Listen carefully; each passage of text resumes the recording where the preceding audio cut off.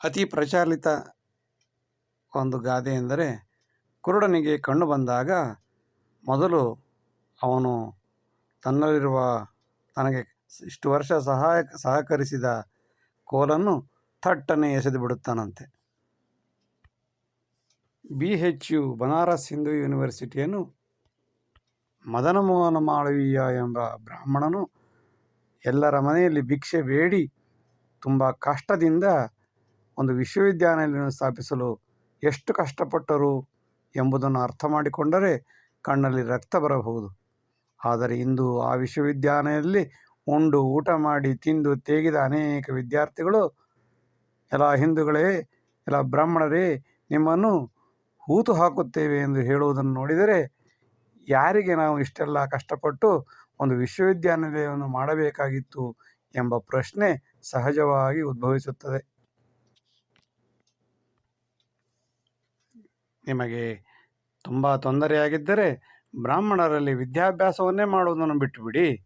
ನಿಮಗೆ ತೊಂದರೆಯಾಗಿದ್ದರೆ ಬ್ರಾಹ್ಮಣರಿಂದ ಆರೋಗ್ಯದ ಡಾಕ್ಟರ್ ಹತ್ರ ವೈದ್ಯರನ್ನು ಭೇಟಿ ಮಾಡುವುದನ್ನು ಬಿಟ್ಟುಬಿಡಿ.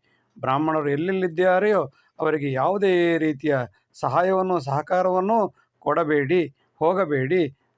ದೇವಸ್ಥಾನಗಳಿಗೂ ಹೋಗಬೇಡಿ. ಯಾರು ನಿಮ್ಮನ್ನು ಒತ್ತಾಯ ಮಾಡಿದರು ದೇವಸ್ಥಾನಕ್ಕೆ ಹೋಗಿ ಎಂದು? ಅಲ್ಲಿ ಹೋಗಿ ಎಲ್ಲ ಲಾಭವನ್ನು ಪಡೆದು ಕೊನೆಗೆ ದೇವರಿಲ್ಲ, ಪುರೋಹಿತರಿಗೆ ಜುಟ್ಟಿಲ್ಲ, ಪುರೋಹಿತರಿಲ್ಲ ಎಂದು ಬೈಯುವ ನೀಚ ಕೃತಜ್ಞರಿಗೆ ಏನು ಹೇಳಬೇಕು? ಇವರನ್ನೇ ಆತತಾಯಿಗಳು ಎಂದು ಕರೆಯುತ್ತಾರೆ. ಎಲ್ಲ ಲಾಭವನ್ನು ಪಡೆದು ನಂತರ ಎಲ್ಲರನ್ನೂ ಮೆಟ್ಟಿನಿಂದ ಒದೆಯುವ ಸಂಸ್ಕಾರವಂತರು ಎಲ್ಲಿ ಉದ್ಧಾರವಾದರು?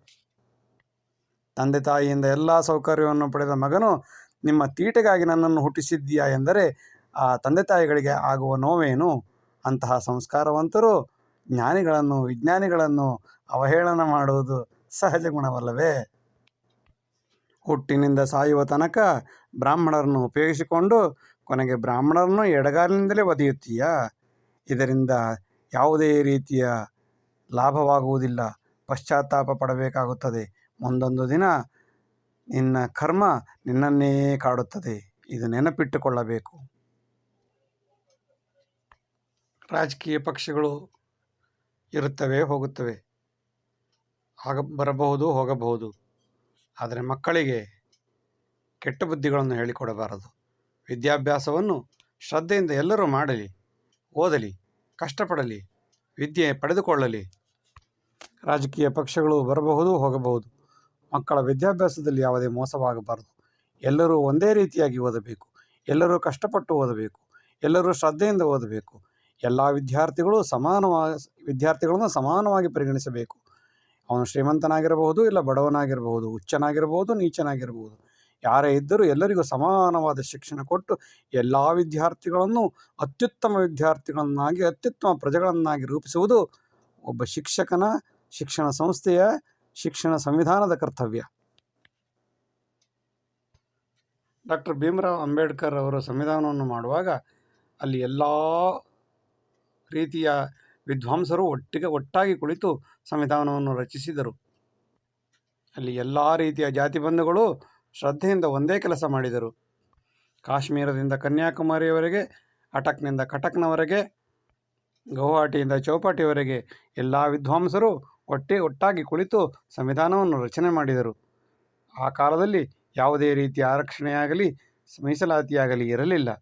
ಅಂಬೇಡ್ಕರ್ ಇಂತಹ ಸಮಯದಲ್ಲೂ ಕೂಡ ಮೊದಲು ಅಂಬೇಡ್ಕರ್ ಅವರನ್ನು ವಿದೇಶಕ್ಕೆ ಕಳಿಸಿದ್ದು ಮೇಲ್ವರ್ಗದ ಜಾತಿಯವರು. ಅಲ್ಲಿ ಓದಿ ಚೆನ್ನಾಗಿ ವಿದ್ಯಾವಂತರಾಗಿ ಬಂದ ಅಂಬೇಡ್ಕರ್ನ ಗೌರವಿಸಿದ್ದು ಸಹ ಮೇಲ್ವರ್ಗದವರು. ಇದನ್ನು ಎಲ್ಲರೂ ಅರ್ಥ ಮಾಡಿಕೊಳ್ಳಬೇಕು. ಮಕ್ಕಳ ಮನಸ್ಸಿನಲ್ಲಿ ಅಸಮಾನತೆಯನ್ನು ತುಂಬಿದಾಗ ಮುಂದೊಂದು ದಿನ ಅಸಮಾನ ವ್ಯಕ್ತಿಗಳು ಹೊಡೆದಾಡುವುದರಲ್ಲಿ ಯಾವುದೇ ರೀತಿಯ ಅನುಮಾನವೇ ಇರುವುದಿಲ್ಲ. ಎಚ್ಚರವಿರಬೇಕು. ಆರಕ್ಷಣೆ ಇಲ್ಲದ ವ್ಯಕ್ತಿಯು ತನ್ನ ಕಾಲ ಮೇಲೆ ತಾನು ನಿಂತು ಹೇಗೆ ತನ್ನನ್ನು, ತನ್ನ ಸಂಸಾರವನ್ನು, ತನ್ನವರನ್ನು ಹೇಗೆ ಮೇಲೆತ್ತಬಲ್ಲನೋ ಎಂಬುದಕ್ಕೆ 80 ವರ್ಷಗಳ ಇತಿಹಾಸವೇ ಸಾಕ್ಷಿ.